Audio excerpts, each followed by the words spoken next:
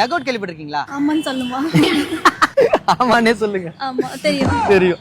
OMR Marina mall இருக்கு இல்லையா? ஆமா. அங்க வந்து பாத்தீங்கன்னா டக் அவுட்ல வந்து இப்போ எஸ்கேப் ரூம்னு ஒன்னு புதுசா லான்ச் பண்ணிருக்கோம். சோ இந்த மாதிரி உங்களை அடைச்சு வச்சிருவாங்க. உங்க மூளையை பயன்படுத்தி அங்க இருக்க க்ளூ எல்லாம் கண்டுபிடிச்சு நீங்க வெளியே வரணும். சோ அதுக்காக உங்ககிட்ட ஒரு क्वेश्चन கேட்பேன். கரெக்ட்டா ஆன்சர் சொல்லிட்டீங்கன்னா இந்த கூப்பன் உங்களுக்கு கொடுப்பேன். இதை வச்சு நீங்க ஃப்ரீயாவே போலாம். நாளைக்கு மலேசியா போயிரோமே. அதுக்கு முன்னாடி நம்ம போயிட்டு வந்துடலாங்க. விடுங்க. அவன் இன்னும் திருந்தல மாமா. கேள்வி போயிடலாமா? நான் 100 ரூபாய்க்கு பொருள் வாங்கி 300 ரூபாய்க்கு ஐயோ மேக்ஸா? ஐயோ மேக்ஸா?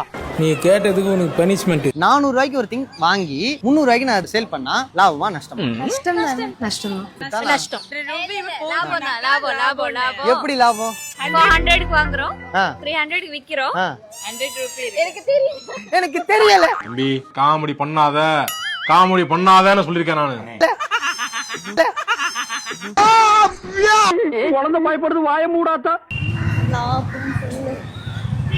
இவருதான் மானஸ்தன். வணக்கம். மானஸ்தனா? மூஞ்சி பார்த்தா அப்படி தெரியலையே.